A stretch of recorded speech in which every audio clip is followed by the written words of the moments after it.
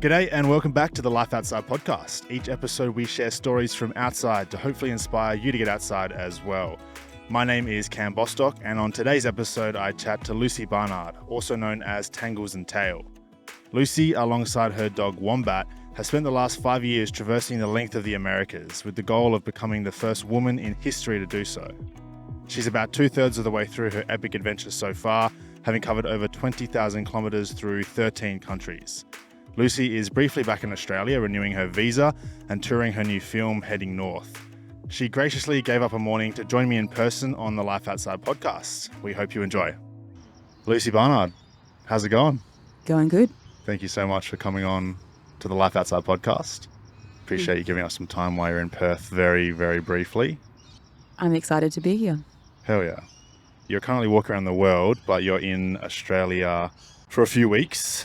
Yep. What's happening? I am here doing a couple of things. Firstly, my visa ran out, so I have been busy getting all of the applications in to get it extended for another 5 years, and that's just come through. And then I am also on a speaking tour showing the film that was produced last year. And at the same time, I'm here to receive an award with Australian Geographic Society. They named me 2024 Adventurer of the Year. Crazy. It You've got a is. busy few weeks in Australia before you're back to... It's quite the whirlwind. My mum is walking. very upset. Yeah, that's crazy. Adventurer of the Year. Yeah. Was that a shock to you? Yeah, it was really left field because I thought that an award like that I would have to have completed the expedition. But they understood that I'd had a really big year, and they just felt like with all of the diplomacy and navigating tough situations that it was a good time. Sure. So take us back. You are walking the length of the earth. People who aren't following along, go do so, catch up. But you've been on trail, on foot for how many years now? Forever. A long time, right? A really long time. I started in February 2017. I walked consistently until 2020, had a 2-year pause with the pandemic, then returned, and I've been walking again for another maybe 2 full years now. So about 5 years total. Yeah. Actually, this year I finished the 5th year, so yeah, in total 5 years. I think I started following you probably after that pandemic break, and then probably a bit more closely since you got into Mexico and the USA. We were in the USA at the same time hiking. Yeah, yep. So take me back to the beginning of this journey. Maybe give us an overview of what this expedition is. 30,000 kilometers, right? Mm-hmm. It's a long, long way. Where from, where to? Okay, so I'm making an attempt to be the first woman to walk the length of the Americas, and it starts in the bottom of Argentina in a very small town called Ushuaia. I'm trying to start and finish in the most polar towns. So I headed off into the Patagonian region, and 4 people every year start this journey, and mostly they quit in the first year. And it's because in Patagonia, the wind and the cold is savage. It's really difficult terrain. And on top of that, it's just open downs. So there's nothing to look at all day. I actually can remember looking into the distance and seeing this post and thinking when I reach that telegraph pole, I'm going to sit down and have lunch. But I didn't reach that pole until the next day at lunchtime. Yeah, so it was just, everything is really stretched, and it's very tiresome on your mental health. So after that, I continued up through Chile, where I reached my next big challenge, which was the Atacama Desert, which is the world's longest, driest, non-polar desert. And that was really tough too. It was fine along the coast. I was really managing with the breeze and getting the job done, but then I had to go inland for a little bit, and everything just really heated up. So that's where I learnt to sleep underneath the roads, and I'd go from these searing heats to having to pull out my sleeping bag because just being underground a little way changed everything. Wow. And then I moved into Peru, where I followed the Incan trails, which are like 500-year-old road systems that go across the mountains. And that was a really lovely experience because that was the first time I saw diversity in Indigenous groups in close proximity. So the beautiful thing about Peruvian Indigenous groups is that they all have a way of marking their groups by changing the style of hats that they wear from group to group. And so I would cross a mountain and the hats would change. And I really like to try and learn a few words in each language that I crossed through. And they were very curious about what I was doing, and so they were also You wouldn't have really seen helpful. many outsiders walking those back No, trails, right? no, but it's really a fabulous place to walk. It's all mapped on a national map, so I had absolutely no trouble navigating, and it was just a real pleasure. So I went from the Rolls Royce of trail hiking, and then I got to Ecuador, where I went onto a horse track, and it was just muddy and sumpy, but also really awesome. Same story, the real Ecuadorians going very remote and being welcome, like really welcome in every town. So that was super cool. Colombia got a little more hot. There you've got to ask for permission before you enter indigenous zones. Okay. But once you've got permission, it's like the world opens because everyone's expecting you. People would wait along the trail to see me so they could walk with me just for 10 minutes or so. What's the process of asking for permission to enter these lands? Is It's tough. You need to find someone who can introduce you to one of the leaders who runs the consejios, which is just like a coordinated group. And then once you've got their permission, no problem. They send out a WhatsApp message to everyone in the community, just letting them know who you are and why you're passing. Yeah. And then it's just like a party. Everyone's really eager to meet you and like find out what your story is, which is pretty tough when they speak half Spanish and you speak half Spanish. But we got the job done. That was really cool. Then I passed through a very infamous area called the Darien Gap, which is a place where the roads don't connect between South and North America. It's also a really massive hotspot for drug, money, and firearm trafficking. And because people are trying to seek refuge in safer countries, there is a lot of human trafficking as well. But within this area, there are people who live there. It's their communities and their homes. And those zones have just been overtaken by cartels. So it's possible to go in, but it's not safe. And if you look at Smart Traveller, it's a red zone. So there's a very clear do not travel ban. Anything happens to you in this zone, you are not covered by insurance. So I got through there and then had the pleasure of walking along the through Trail of Panama. And it was really cool. This is something that's been established over years and years by avid hikers who are from Panama. Okay. And again, it was amazing, but I have never seen so many snakes in my life. And there they have flying snakes that come out of trees and they soar, like they glide. What? I know, it's crazy. So I didn't see one. Are they deadly as well? I don't know. I think that they're poisonous, but not like you're going to die. Anyway, but they do have coral snakes. They are like super deadly. So that was kind of a mind-blowing moment. And I should say at this point that after the first year of hiking, I found myself a dog to walk with, a companion. Wombat. Everyone loves Wombat. And this is where I taught him how to really be mindful of predators and animals. And we'd had a lot of practice of him hearing me when I said stop or freeze or watch out.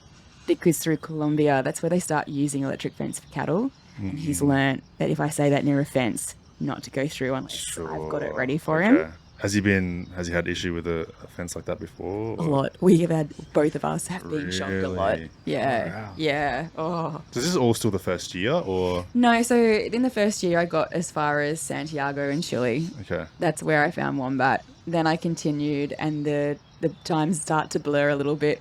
But I got through to the Atacama Desert and Peru. I was really slow in those first couple of years. Like my whole setup got stolen and like lots of little random things happened where I had to wait for a long time. In fact, I had a hiking bag for a hiking trailer to be sent to me. And that was for the desert because it was such a long stretch between towns and I needed a lot of water and all of that sort of stuff. So that bag got sent to me after it had been stolen. And then when it arrived to the apartment, someone stole the whole postal truck. Oh. So I had to wait. It was the first couple of years was just a waiting game and a test of patience. It's not just walking on a pristine trail that other people are on. It's like you're essentially trailblazing and there's all these unexpected things that are popping up. Yeah, actually, the trail that goes through Panama is beautiful. It's one of the best ones that I've been in, but it goes through an industrial area. Yeah. And there is one point where I had to go down in through a river, which was fine, except it's also full of sewage. So that was really nasty. You had to cross the river? Yeah. Oh. Yeah. But fortunately, there was a new development on the other side, so I could wash off completely with a tap that was just Far there out. to be utilized. Yeah. Okay, Panama, you walked. Got through Panama. Then I went through Costa Rica, which I was expecting to be really awesome and cool, but actually they've got really great hiking if you're crossing the width of Costa Rica, but not the length. So the Okay. first half was just on road and it was pretty dank. I had a few magical spots right before the city. And then in the northern section, once I was out of the main city proper, that was dirt roads, and that kind of paid for the hard yards at the beginning because I got to see things like there was one sloth that I had to help cross the road. It was Wow. really cute. You know, sloths, they look really heavy, don't they? They look pretty hefty. They weigh less than a really thin cat. Really? Yeah. How big do they get? Like when I picked it up, I nearly threw it over my shoulder. I was really surprised. This one was in its body, it was about a size of a medium cat in length and shape. Okay. But then their legs they came down past my knees, and they can really move their legs 180 degrees. That was a real surprise for me because it got me on the on the leg, and I was like, "Oh, better put you down." True. Yeah. Geez, the wildlife would be interesting because you're crossing such diverse landscapes and Yeah, all it's these different places. been mind-blowing. I've been really lucky, and I've seen some endangered bird species, which I love birds. So Yeah, okay. getting to see, I saw the resplendent quetzal, which people travel the world for their life trying to catch one of these, and they never see them. So I had a couple just above my head when I was on a trail that's been shut for a long time, and I felt like that was a really amazing, magical moment. That's the beauty of being out wild, isn't it? Yeah. And going places that not many people go. You get to see things that not many people see. Yeah, totally. It's really lucky. So moving on from Costa Rica, I then moved into the Central Americas that are less populated by Westerners. And so things started to get a little bit more intense in terms of my security. There's a bit more poverty when you cross into Nicaragua. I was very lucky to get there when I did because they had a case of screwworm in Costa Rica the day I was leaving. And if I hadn't left when I did, I would have been stuck there. Some people I know that are traveling got stuck for 6 months because they won't, once they've detected it, they will not let any dogs or animals through. So I was really lucky to get through. And Nicaragua was probably my least favorite country because the men are very intense, really harass women a lot. Really? Typically, the women ignore men. When they get spoken to, they just completely snob them. It's like a little protest that's going on. So if you're walking down the street, you're gonna get yelled at. Really? Yeah. Okay. And a really random thing that happened is that I was needing to get into the city, and so that's a pretty dangerous thing to do, but I needed to get paperwork for Wombat to cross in the next border. And so I caught a taxi from outside of town where I was going to continue from in to get to the government department to get his paperwork stamped and then out again. And while I was in the car, this man just says to me, "I'm very sorry to have to tell you this, but you need a shower." And I'm like, "You're a taxi driver. It's not your role to tell me like how bad my hygiene is." Definitely not. It was just really, and I wasn't as bad as I can be. So anyway, I just said to him, "It's just the best way to protect myself from men." And he goes, "Well, it's sufficient." Wow. Yeah. No tip for you, jeez. Yeah. And, this is in a really impoverished city where there are people naked on the street who have really severe mental health problems and where things can be a bit more forgivable. But it was just a very hard place to get through. And then when I crossed into Honduras, I snobbed a few people because I just thought that it was the status quo. And people got very upset with me, and it took a minute to think, okay, maybe it's different in this country.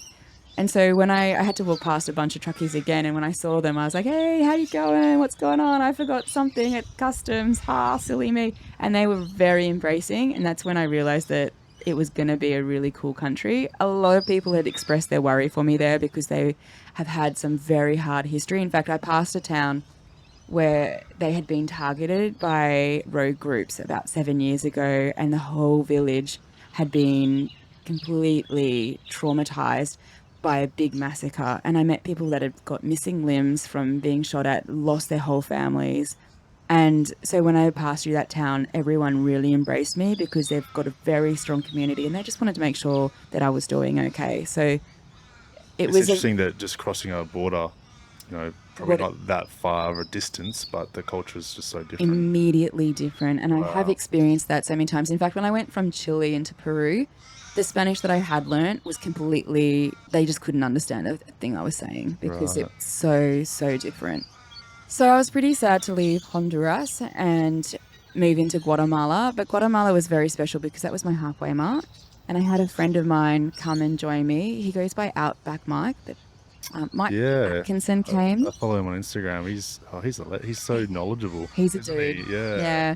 Yeah, so Super we were cool. going to go I think actually, you know what? That's probably when I started following you because I remember when you went over. Yeah. That might be why I started following you. Maybe. No, yeah. Yeah, so we've been mates for a really long time and he just wanted to come out and do a vlog of the journey and the day-to-day. But at the time, Wombat had a foot injury and we just couldn't do it. So I was like, why don't we just go climb a volcano? So we did that instead. And it was really nice to take a pause and celebrate the halfway mark. And I wouldn't have done that if he hadn't come. So his influence was really important then because it's really taught me to just pause and have a minute to celebrate your achievements. So we did that. So the halfway mark is 15,000 kilometers roughly? Yeah, that's right. And how many years into the journey? Was this after COVID that you made it to halfway? Yeah, okay. So at that point I was in the third year. I reached the 4th year mark not long after I crossed into Mexico, which was the next country. Yeah. So I crossed into Mexico and that was something that really changed my experience because up until then I'd managed avoiding cartels, or not avoiding them, but not annoying them. And the first section, the first 2/3 of it, I had zero issue. People knew I was there. I would make sure I had permission to cross through these different communities.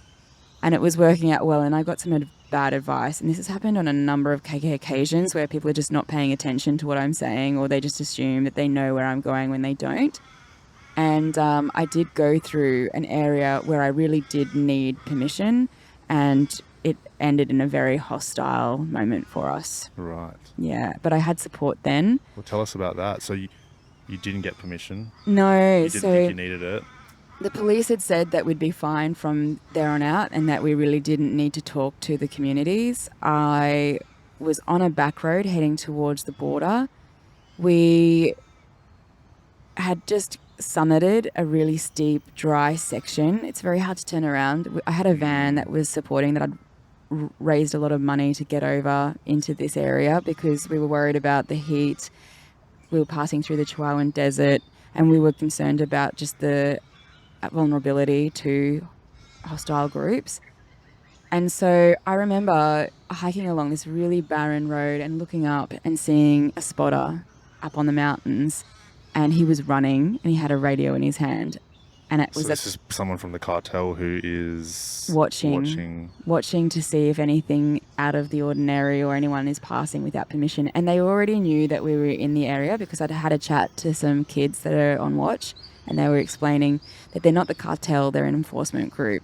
So at that point, I knew that I needed to just put in some messages in place so that I could let people know that I was uncomfortable and I was concerned about where we were and that there may be a problem, and to keep an eye out so that if we do go off track or if we suddenly move, they know that something's wrong and they could alert the authorities. And I was sending out phone numbers of people who are in the police who I could trust, who could be contacted. And not long after I saw that spotter, a group of 5 cars and a caravan came past us and they stopped, and the lead, not the lead car, but one of the cars stopped, wound down the window, and plumes of smoke from pot came pouring out of this car. And I just do the naive, hey, how you going? What are you up to? Are you working? And there's on the inside, you're probably pretty nervous. I'm trying to count people. I'm trying to do what I can so that if I get a chance, I can relay information. So I'm looking in the car. I'm seeing a lot of guns that have been brought in from the States. It's very clear to me at this point. I mean, it was already clear that I was being intercepted by a cartel. And they asked me if I needed a lift, and I said, I can't cheat. I'm doing a world record. I need to keep going. Is it secure in this area? And they kind of just said, nodded at me, but kind of I could see that they weren't happy that I was there. And they went ahead knowing that we were in a pair. So the cars drive past and I start running and I'm trying to relay information to people that are in Australia. And then I get to where the person that was helping me at the time, who is a Spanish speaker, and I just see that he's been pulled out of the car. He's got his head down. He's completely surrounded by about 10 men, all of them with their guns out. There was one woman there as well, all just wearing kind of like fashionable camo. It was very bizarre, but they were I could see that they were really proud to be in this group. And so the first thing I noticed is that there is a clear leader and he's yelling. He's trying to accuse us of being from the States and working with the government and trying to find out the truth. He knew that the person that was supporting me was a native Spanish speaker, so he found that really confusing, and then he was convinced that I was from the States. And then he was absolutely paranoid that we were trying to collect intel. And so I explained that I was Australian, that I'm not from the States, that I'm still learning Spanish, that I've been passing through countries, making a world record attempt. And they'd gone through all of our equipment, taken a laptop and a drone and any cameras that they could, that they were going to have to confiscate. And There's no way you can resist either, is there? No, you've just got to really just let them have whatever they want. Yep. And we were like, this isn't our van. We'd had enormous issues with this van. It was not what we thought we'd bought into when we rented it. So if they took the van at that point, we just didn't care. And that's what we were I think that the way that we were so relaxed about the car, and it's not ours, we rented it. They couldn't understand that we'd rented it from someone in the States. I didn't know this person very well. So at the time, while trying to stay calm, I just couldn't remember her name either. So I'm there trying to explain, and they're like, oh, you rented it from a friend. How come you don't know their name? And I pull out the rental agreement and I'm like, look, this is the agreement. And then fortunately, the leader of the cartel turns up. So we've got two groups now. We've got the enforcers and we've got the cartels. And this guy comes up and he's like, everything's okay. We just need to check out who you are. Obviously, there is a bit of a turf war going on in here. It's not secure for you. You need to go another way. Let me have a look at what's going on. And what I didn't mention is that the leader of the enforcement group, is holding a massive plastic bag full of cocaine, and he'd been snorting it every 10 minutes. During this whole process? During the whole process, while yelling at us. There's guns everywhere. It's chaos. And I'm in my head thinking, if he doesn't keep up the drugs, he's going to have a bad come down and poor decisions are going to be made. So I was really hoping for a fast resolution. And it arrived in the form of this cartel boss. So he brought his IT guru with him. They went and sat in their car and went through our phones and just shut everything down once they'd checked it. They were looking at maps, photos, everything.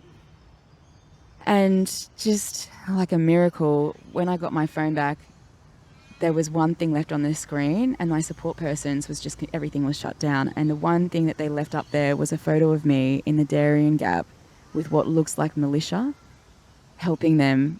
I was doing some first aid on them. And so it looked like I knew their bosses, or I knew their supply people. And all of a sudden, the clouds cleared, so to say, and they were telling us that we were okay to leave. He sent the enforcement groups off. He made him give us back all of our equipment that had been confiscated. And they just said, you need to turn around and you need to hike in this direction and get closer to the other side of this mountain range. We knew the mountain range was hot, but we thought that the road that we were on was on the green side of the area, and clearly it wasn't. And it turned out for the best, because those roads don't interconnect, and we wouldn't have been able to get the van through anyhow and had to have turned around, or I would have had to run off while the van met me on the other side. And so it was a peaceful ending. We were doing a lot of early groundwork to be able to negotiate, and we were making friendship, so to speak, or making jokes with people we could identify as the weak people in the group, so that if we did need to escape, we knew Had you planned for a situation like this before, or did you kind of do all this on the fly? No, so while I've been hiking, I've been learning about negotiating and keeping skills up in terms of hostile situations, but I'd also done some serious training on how to get out of a hostile situation before I left. Wow. And that was just with the help of a team that I work with who are experts in high risk management. But a lot of it's obviously trickled away over the years. So whenever I get a chance to listen, and I mean, I'm never going to be able to outfight someone, especially a group. So it's when it comes to that, it's all about diplomacy and being able to stay calm and put myself in the best position to get out as safely as possible. Thank God you got out safely. Jeez. Yeah, thank God. Like, honestly, it was definitely the closest call. I have been in other situations where there's been landslides and avalanches or earthquakes where I've had to be really concerned, but nothing as on a knife's edge as that. Yeah, intense. And there's a big difference between sort of a natural phenomenon that's dangerous and a human, group of people that are potentially dangerous as well. I feel like it's more incapable poignant. Of making sound decisions because they're just under the influence of narcotics. Insane. For those who are watching on the video, you might have noticed it started raining a little bit. So what we might do is have a quick pause. We're going to go undercover. Otherwise, we're going to get soaked. You sure? Do you want to move? Yeah. Are you worried about your equipment? We're going to move, okay. yeah. And we'll pick it back up in a sec. Cool. All right, we're back. We're in Kings Park in Perth, Western Australia. And the issue with filming these episodes outside is sometimes the weather hits. And so we're undercover now for those watching on video. If you're just listening, then nothing has changed. It's a shame that we don't have an umbrella over your setup, because it would have been pretty funny to watch us get more and more wet as we go along. I'm fine to get wet. I love I would have wet stayed. And cold, but the gear. Yeah. I should bring an umbrella. Where were we? So you had just had this pretty intense experience in Mexico.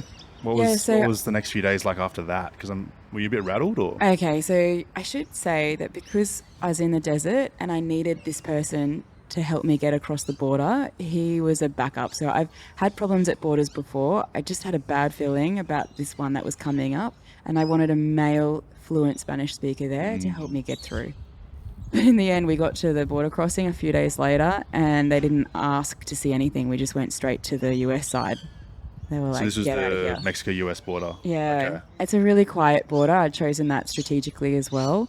And it was incredible. Like, the last campsite was really beautiful. We got the final footage for the film that's just been released. Yeah. So that last scene that you see, that is at the camp where we had the final night. Incredible. And it was really nice because actually they've got these beautiful rabbits or hares that are in Mexico, and they're one of my favorite. They've kind of got these really fat bodies and then very tall ears, and the sun hits them and they glow. It's really cool. And whenever I see them, I just want to grab them by the ears and give them a smothering cuddle. They're very cute. What does Wombat think of them? Does he chase them? No, Wombat and Summer, he's just checked out in the van. In fact, throughout that whole cartel situation, he slept the entire time. Okay, he had no idea what was going on. People are always telling me, oh no, he'll protect you if ever something happens. And I can tell them with absolute certainty that I know that he will not. So that was a good thing, because otherwise he would have been shot. Like, just... If you ran up on them, yeah. Totally. Yes. Yep. So, yes, it was a very nice farewell to Mexico, because aside from that last section, it had been a beautiful experience. How long were you in Mexico for? Almost 6 months to Wow. get through. And so it's a shame that I finished it on such a sour note, because as other people have said, they've got really frustrated with me sharing these stories online, because they felt like I was just leaning in on social media just for the likes and exaggerating everything. But that's a story that you cannot exaggerate. In fact, I could probably do it better justice, like I've given you the general gloss over. Yeah. And so, yeah, it was a shame to leave in that way, but I also feel like I really did do a good job in the beginning of celebrating everything that I was learning. And, I would say to people that it is a nice place to go and visit, but you really need to understand that there are risks and that you can't just go off on a hike without understanding or knowing the best way to navigate and ask for permission to be in the places that you want to go into. Sure. And so we moved into the States, and I thought it was all going to be a really easy and breezy and no Compared problems to what at you all. had been through, yeah. Yeah, but in the first week, I set up the camp and was getting ready to relax, and somebody came out and was very angry that I was where I was. I was in a public place. I was allowed to be there and camp there. And a whole bunch of them came out and threatened to shoot us if we didn't move on. What was their issue if you're in a public place? There are some people who want an area that leads into their community to be private and to be theirs, So and in they their will head, pretend. it was private area. Okay. Yeah, even though it's state park, which is where I was. Okay. So that was really intimidating, and then the next day I was rattled by that and I really was experiencing culture shock because people were just not as friendly as they were in Mexico. Right. Really paranoid about the border. It was tough. And so the next day I was very nervous about using a road because the one that I'd been on had a sign and I thought that was a county sign, and it was. And then when I saw the next county sign, I wasn't sure. And there are signs everywhere that say no trespassing, no hiking, no hunting. But the roads are fine. It's just I didn't understand the situation. And so I tried to flag someone down. I thought a local will be able to explain it to me. And I put my hand out and I waited for this car to pull over and give me some advice. And they just drove right past me at 6 a.m. I'm on my own, just with a hiking pack.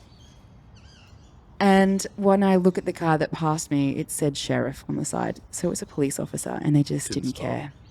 Yeah, it was really hard. It's interesting you say the US was the culture shock. Yeah, it's the only place I've ever had culture shock. So all through South America, felt loved and welcome.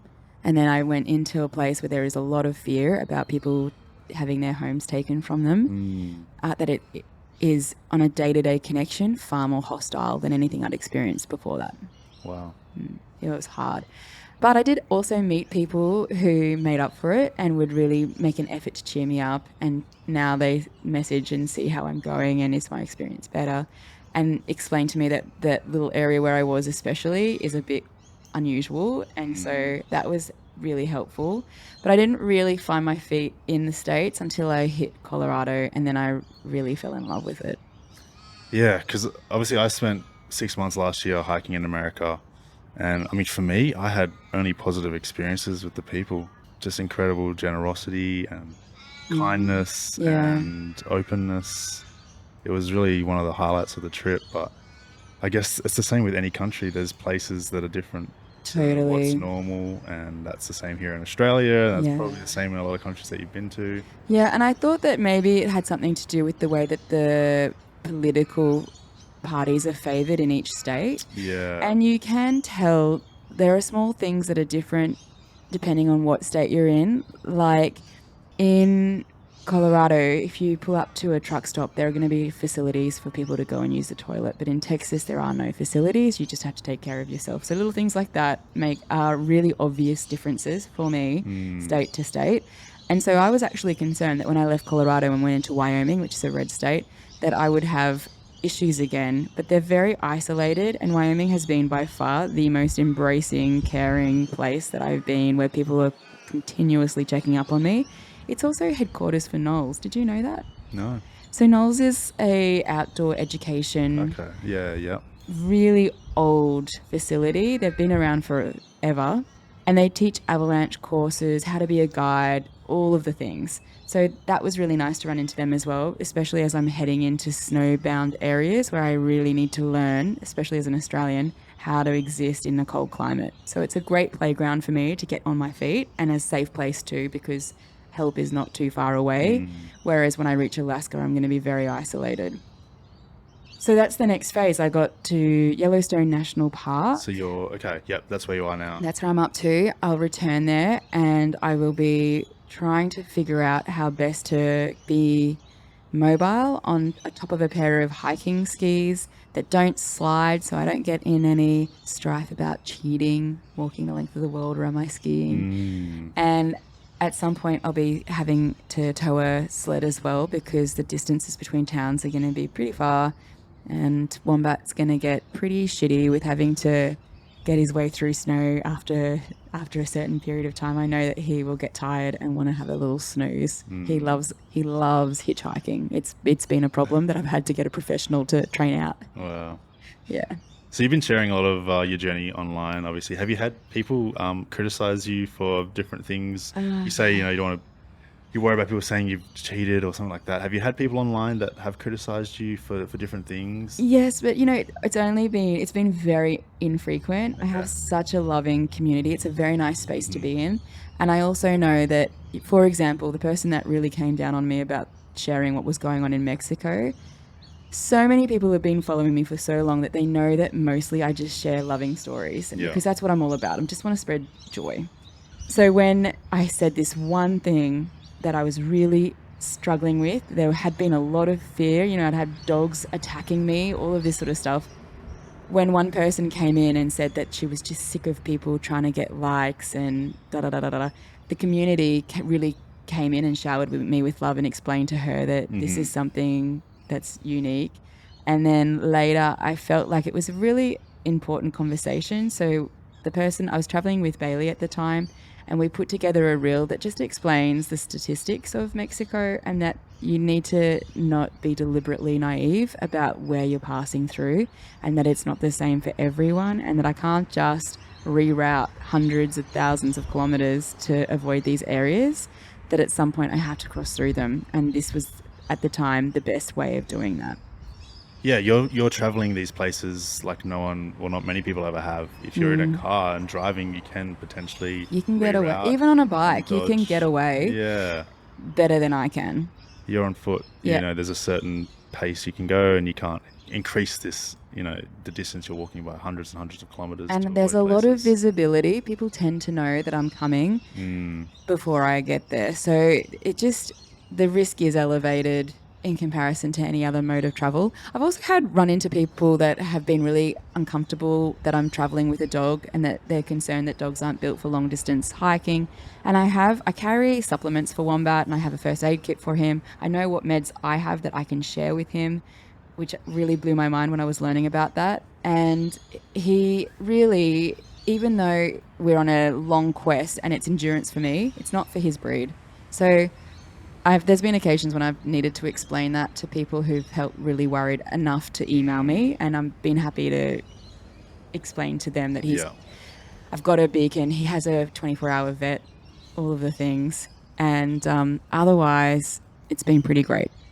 That's good. That's good to hear. I've had a similar experience where it's a big minority of people that are negative, but oftentimes you can focus on those. What kind of negative do you get? Oh, people, wondering why I'm hiking so many miles in a day and telling me to slow down and enjoy and smell the rose. Oh, I get that sometimes. I just laugh because it's an interesting one. I mean, I get people hiking different ways. For me, it's the best way that I enjoy hiking, actually. I get to see more of the trail in less time, and so I get to experience more things overall, which for me is ideal, and I love the challenge. And it probably feels good to your body as well to be moving at that pace. Yeah. I have had that once, and I guess the only thing that I can think of is that that's been a lesson that they have learnt. I had recently had someone say something along the lines of, "What are you running from?" I've had that, yeah. Which is interesting. I mean, they're on their own path. Yeah. That's it. Everyone has their own experiences, their own biases. We're all the hero of our own journey. And some people feel like they need to comment, which is fine. Yep. Which is fine. So you're in Wyoming.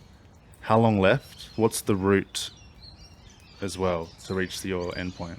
Ooh, the route is always flexible, but I do have the desire to finish the CDT, or if I'm not able to do that, I'll use a cyclist route, which will just be easier in terms of learning how to ski because the ground will be harder packed because I'll be following a snowmobile line. Then I found out that there's a whole network of snowmobile trails that are hard pressed. It'll be easier for me and for Wombat. So I'll be looking into that when I get back and having a session poring over maps with all the people who are down inland or at Knowles. Then I'd really like to get into Canada by May, where I want to be doing the Great Divide Trail in Canada. It's 1,000K, and it's kind of my last trail that I can get on, and I want to really enjoy it because after that I'm going to be doing a lot of road walking, maybe following pipelines all the way until I get to the Brook Range, which is the ultimate section. It's a 500K area where I'll leave the road and do a long mission through to get to what's now known as Utqiagvik. It used to be known as Point Barrow. And I'm hoping that I can coordinate a group of female adventurers to go on that last stretch with me. Would that be sort of off track or Totally off cross-country? track. Wow. Yeah.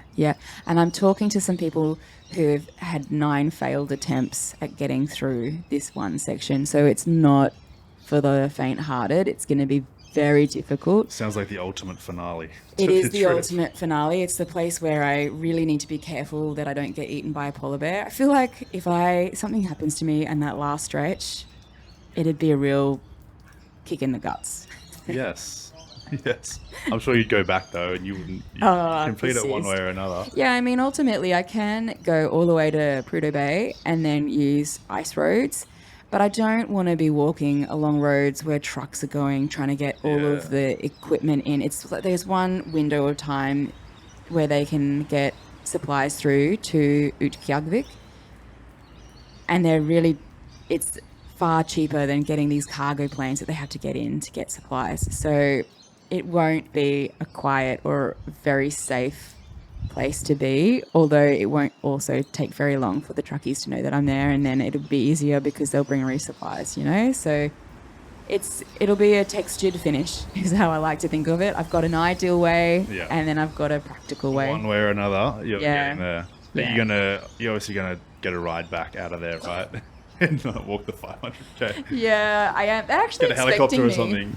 Yeah, so I wrote to them a long time ago, and the municipality know I'm coming. Okay. And so they've got this really cool thing in the back of their mind. We're going to do like a potluck celebration, dinner. And I'm hoping that I'll be able to go with my family and do a few experiences that are really unique to that area before leaving. And then after that, I'm not sure if I'll go on and do a speaker tour while I'm in the States and earn some money, because they really pay well for speakers in the States. I really see value in it. And then come home, sleep Rest, in a bed, relax, stay close to the fridge. Yeah. All of the dreams. Incredible. Let's go back to before you started. Why did you decide to go on this multi-year, tens of thousands of kilometer journey? I think you mentioned that a few people have attempted it before. Is that where you got the idea from? Yeah, what was the reason behind it? Just a moment of being impulsive and seeing that a few men have been successful but no women, and then learning that it's not uncommon for people to make the attempt, but that normally no one gets through. And I just wanted to have a benchmark for the next woman to aim for, like Lucy made it to El Chalten. If I get further than that, great. And then to see how long it would take for a woman to achieve it. And then so many people just kept getting behind me, buying me shoes when I was miserable, really forcing me to get to the next town. And that's how I've been pushed from one town to the next, or meeting people in the community who have taken me in and really helped me heal wounds or just re-energize myself. And in a very slow way, it's become a lifestyle. And so now for me, there's just nothing more normal than putting my pack on and heading toward the next town. Yeah, I can totally relate to that.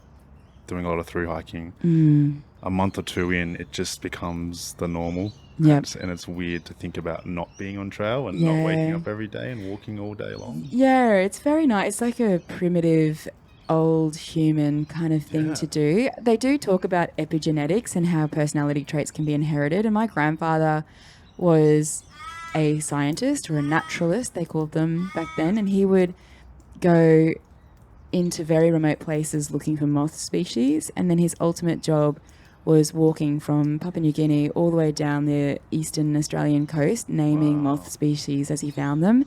And in some ways I feel like perhaps I've inherited some personality traits from him. Yeah, that's super cool. Yeah. Kind of following in his footsteps almost on a different couple of continents. Exactly. But so a couple of people had done this trip before you. When was the first? Is this like a route that you can like look up and follow? No. I know you've changed your route as you've gone as well. Yeah, it's not really. I mean, George Megan did a very good job. So he was the first man to walk from the bottom of Argentina to the top of the States. And he wanted to have the longest walk ever recorded. And so he actually intentionally moved east when he got to Mexico, and then followed the Canadian trail that runs along the border, which would be a spectacular hike to do. And then finished. He got to Prudhoe Bay, and then a few years later he went back in 83 and was able to finish that last leg. And so there have been other people who have done variations where they might have walked from Uruguay, or they've done just not quite the polar cities. Mm-hmm. And so, yeah, I haven't really spoken to anyone other than George Megan himself. And when I used to post blogs, he would reply to me and just tell me how he was in awe and how someone in this day and age was able to navigate all of the things and get through. And I remember writing back to him and being like, I don't know how you did it without GPS, because I can see how my life is a lot easier because I can use maps and you couldn't. He just had to, with broken Spanish, ask for directions all the time. Yeah. And so we'd planned to meet at the end, and I was really looking forward to that, but unfortunately he died at the beginning of last year. So maybe I'll get one of his daughters to come over. We'll see. But it would be nice to have like a metaphorical handshake at the end. Yeah, passing of the baton. And so you say most people that attempt this, they don't make it. No, they mostly finish in the first year, and the most common reason for finishing is that they fall in love. Is that right? Yeah. They meet a local somewhere? Or they meet a hot Argentinian who has a nice warm fireplace, and that is where they stay. And they're like, yeah, walking's not that important. Yeah, and it is. Sometimes I would only be able to walk 2 kilometres an hour because the winds get up to 120 kilometres an hour. And there were times when I would take a step and I'd get pushed backwards. And so I had to start getting under bridges and just really find places I could burrow into to wait out the wind. And I knew that often it would just not let up and I'd just have to endure it. So it is tricky. It's also hard when you're near a road because everyone stops to tell you that it's cold and windy, which always blew my mind. But then they usually share mate. Yeah. I'm like, yeah, I'm in it. But yes, they would. They've got this kind of tea in Argentina, which they drink out of these seed pods, and it's very lovely once you get used to it. At first, it's very bitter and horrible, but you get a taste for it after a while. And just the act of sharing tea with other people is a very comforting, beautiful thing to do. I'm sure you've experienced, so many different weather conditions, so many different highs and lows, cold, hot, windy. Has there been moments where you thought about giving up, where things were really, really tough and you're like, is this really worth it? Or have you been sort of on the mission and, committed to finishing all the way through? There's 2 things I can say about that. Firstly, when I first started, I was pretty vulnerable and very green, didn't know what I was doing, and in many ways still don't. And so, yes, when everything broke and I had, blisters that had gone unchecked and a boil that had gotten out of control, that was a moment of quitting, but I persevered and continued. And then I remember I'd hiked with a friend of mine called Ruth, and she is just so tough, she doesn't use the waist belt of her hiking pack. She carries eggs in for her clients so that she can make scrambled eggs with them every day. She just gets the job done, and she doesn't care if she's got to hike through ice cold water. She just does it with a smile on her face. And we got caught in a whiteout as I was doing a crossing over from Argentina to Chile. And I remember her looking back at me in this horrific storm. We had snow up over our waist. It's windy. We're getting pelted in the face with these little ice shards. And she turns back to me and she just with this big, crazy smile on her face and says, "Isn't this great?" Yeah. And so now whenever I'm like really, because it was not great, not for me. I was suffering and I was behind her and I'm like, growling and all of the things. And now whenever I feel like I'm back in that mindset, I just think of her and how, this is really great. Like, I'm so lucky to be where I am. You get to do that. Mm-hmm. Yeah. Yep. So I've learnt to love the rain. I've learnt to love mudslides. Mm-hmm. I just really do my best to think of how a kid would see it and then convince myself it's awesome. That's the mindset you have to make it to the end of such a gigantic endeavor, I think. I've had similar moments like that. I remember in New Zealand when I was hiking Te Aroa, I was hiking with this guy named Spencer, and I didn't hike with many people on that trail, but we spent a couple of weeks hiking together, and there was this one day where this insane blizzard rolled through and we were crossing this high pass in the north of the South Island, and we got to the top and it was sketchy and I hadn't had any experience in these kind of conditions, and we just climbed this huge peak in the snow and like we were a bit sketched out and a little miserable and cold, but I remember just like looking at Spencer at the top, and we were like, this is the most beautiful place I've ever been. And we kind of just like switched our perspective a little bit. And instead of being miserable, we kind of went down the other side So good. with like smiles on our face, just like enjoying the experience. It was still cold. It was still really hard, Yeah. but it was awesome. And possibly you may have felt more safe too once you crossed that peak. Yeah. Yeah. Like I've done that. the nerves kind of fell away a little bit.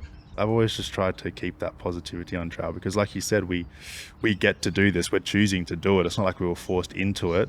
We chose to do this. We take the highs with the lows. Yes. And those tough days, you know, they make the good days that much better as well, don't they? They're totally. And that is key. I think it's, you know, in anything that I've done, it's all about attitude. And it's once you've learnt about flipping the switch on your attitude, it's a really great skill to have. I think you've inspired a lot of women doing what you're doing. You know, you're all about empowering women and showing the dudes that you guys can do the same, if not more, than us. It's been a total thrill. It's really nice to get feedback from people who have been too scared to get outdoors and to have made just a little difference to the lives of people who are really enjoying the journey. Was that the goal from the start, to sort of inspire and empower other women to do more than they think they could? Yeah, I think I was a bit immature when I started, and I really thought that I was going to inspire the world and blah, blah, blah. And I remember getting like this revolted response from someone I really admired at work who was older, and I think had just learnt that lesson, because I feel like there is a lot of that on social media where people mean the best and they want to change the world and they want to be the change maker. And as soon as I just focused on not telling people what to do, but what I'm doing, and just share these learning moments, that's what really made the difference for me. And so now it's not so much about trying to impose difference to other people, but just be honest about what's going on, and maybe people will enjoy reading the story, and focused on being a writer rather than a change maker. Yeah, well, I went to your first Perth talk and film screening yesterday, and the amount of people there who were just in awe of what you're doing and came up to you and were just like so inspired and empowered by what you were doing, and were doing their own adventures after watching you is super cool. Yeah, and a bit like crazy too, because I'm sharing some pretty hellish stories. Yeah. And for people to not be retreating back into their houses after hearing them, like, that's something I'm mindful of. I don't want to put people off, but the feedback's really great. Yeah, I think just seeing people do the craziest of things, it just gives you that little push you need to say, okay, maybe, you know, I'm not going to do that. But for me, a crazy hard thing might be just doing an overnight hike, and, you know, I can do that. Totally. You know? And so it's just getting people to start taking steps on their journey that challenge them and push their comfort zones. And I think, I've had a lot of feedback from people as well, you know, doing my content and stuff, of people getting outside for the first time or doing their first overnight hike. And it's just the most incredible thing, because you know better than anyone how incredible spending time in nature is, and how incredible pushing yourself is for physical and mental health. Yep. And I think too, sometimes just breaking it down and showing the steps, and that the steps aren't that hard, you know, roll out of bed, pack your tent. It's really just one foot in front of the other, isn't it? Really That's all we're doing. It's really all it is. A bit of logistics involved. Yeah, it's just a bit of a leap with the whole gear stuff, but that's where having a buddy really can help. Yeah. I love the sort of endurance outdoor space through hiking, ultra running, because there are so many chicks that are just such badasses. Yeah. On trail in the States, mainly I'm just passing women, and it's just so cool. And it's good. It's about time, because the industry really needs to uplift and design gear specifically for women too. One of my biggest bugbears is that I'm carrying a lot of weight right now, and because I can't get a pack that's designed for my hips, the belt will slip and sit on my glutes, or so it'll slip down or it'll slip up. And the result of that is I either get these crippling cramps over my glutes, it's like having a knife drive up into your glute, or I get stomach cramps from the belt being too tight over my abdomen. And I've mentioned this a few times, and other women who are hiking, they're like, yeah, me too. I hate it so much, because we're constantly moving the packs.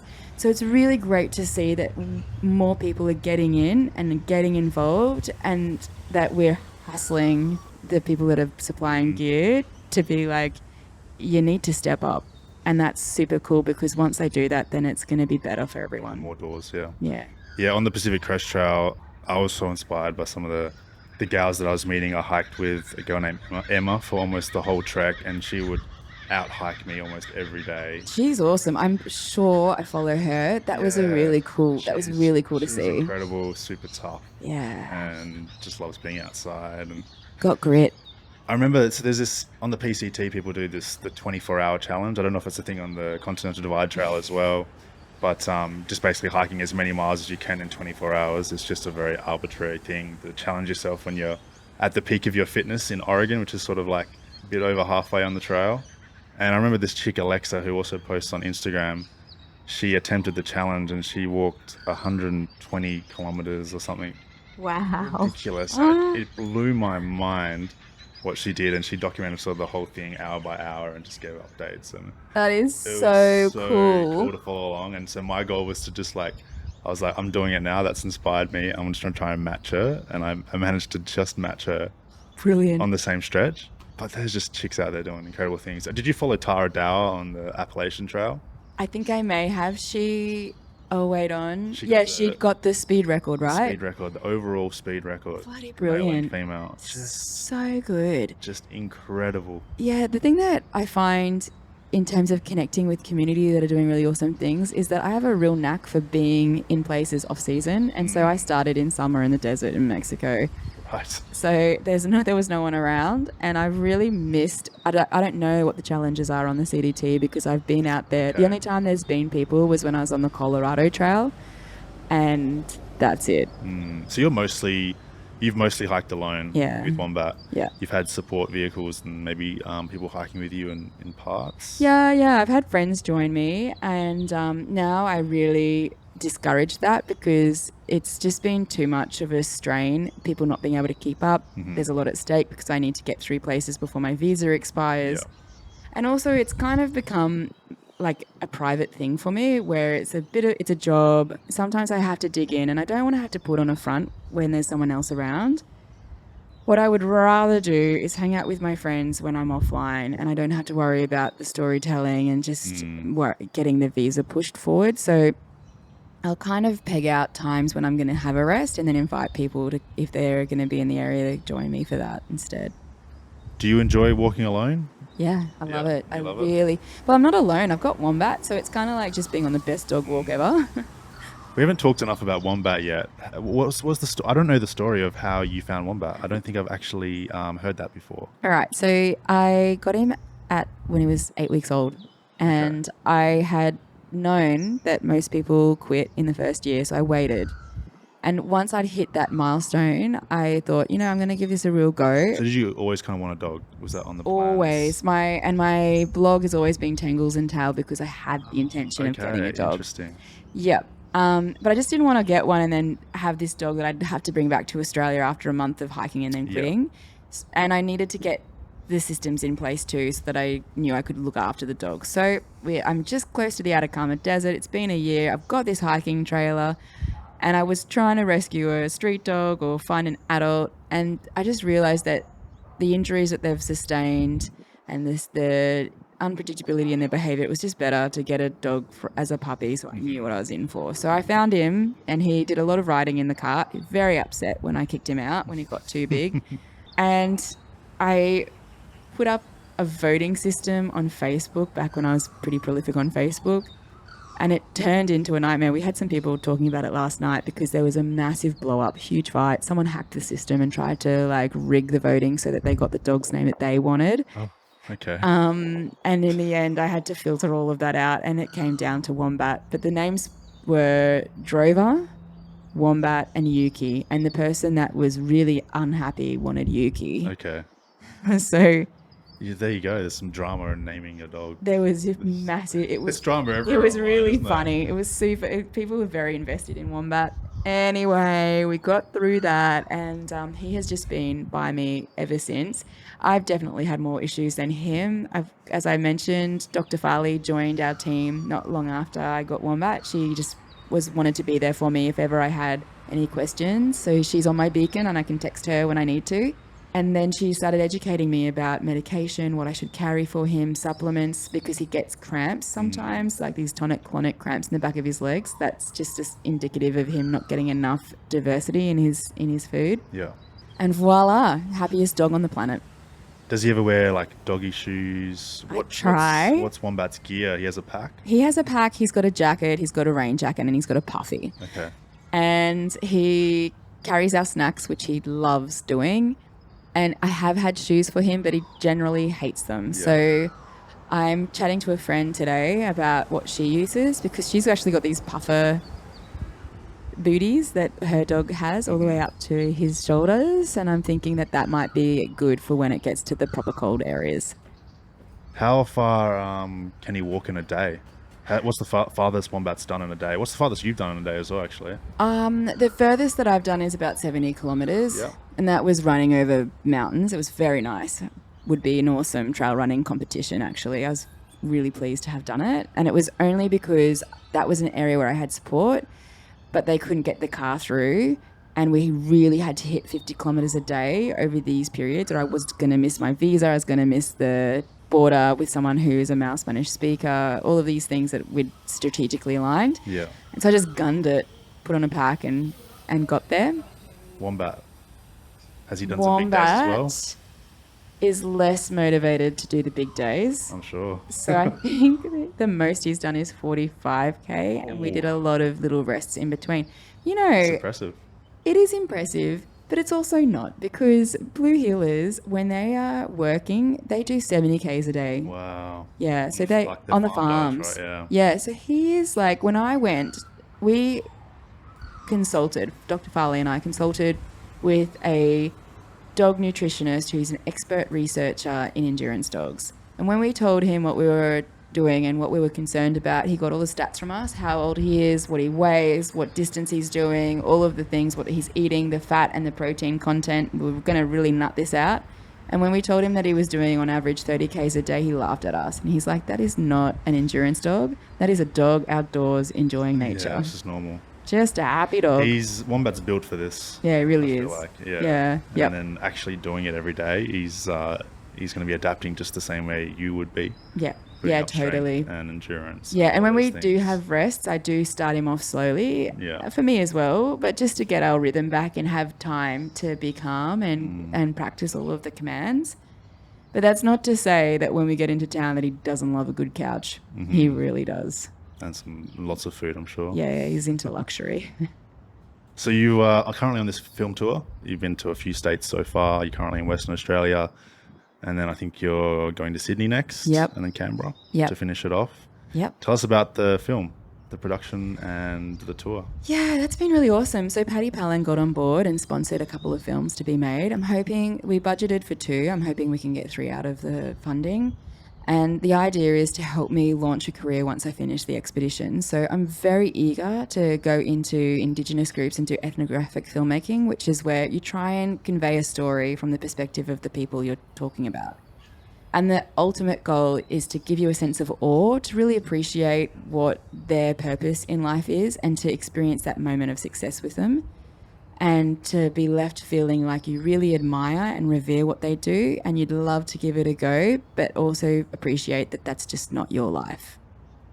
Amazing. Yeah. So that's the goal, I guess, with these films you're currently making on your journey across the Americas, to build experience and find a formula so that we can really get in and get these stories out. And then once I've finished, we'll return to some places that I've been invited to go into and start building a channel. Unreal. And the tour's been going well? Really well. I've had some great feedback. It's been exhausting, not going to lie. Yeah. But it's really fun to not only meet people that have been following for a really long time and figure out who they are, but also nice to be able to have the opportunity to see friends that I haven't seen in a long time. They're all really well dispersed across the planet. And so I'm really reveling in having time to just fill my cup with the love of my family and friends. Unreal. So when are you heading back? When are you heading back to the walk? You've obviously had a little bit of time off now. Yep. I'm assuming you picked this time because it's extremely cold where you left off. No, I didn't. I really wanted that time to train where it was safe.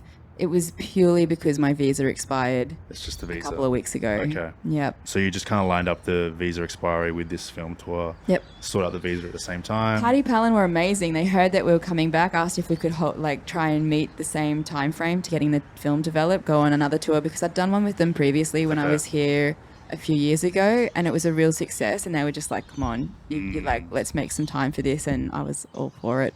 So you'll be heading back. It'll still be very cold, obviously, in Wyoming.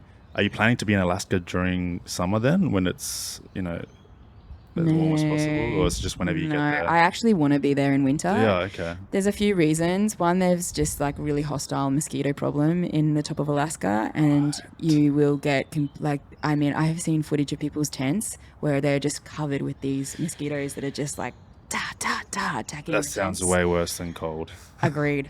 And then there's polar bears. So not all polar bears hibernate, just the females when they're giving birth will hibernate over winter, and the males are still out roaming. But it is a safer time in terms of predator management. Makes a lot of sense. Excited to get back? Yeah, I really am. I have so much to do that I feel a little bit overwhelmed, but having the opportunity to gear up and have someone overseas, I've got a family who are supporting me, who send resupply. So being able to take a bunch of stuff back for them to store and then send to me when I need it is just like a great privilege to be able to. Tim Tams, Milo, Vegemite?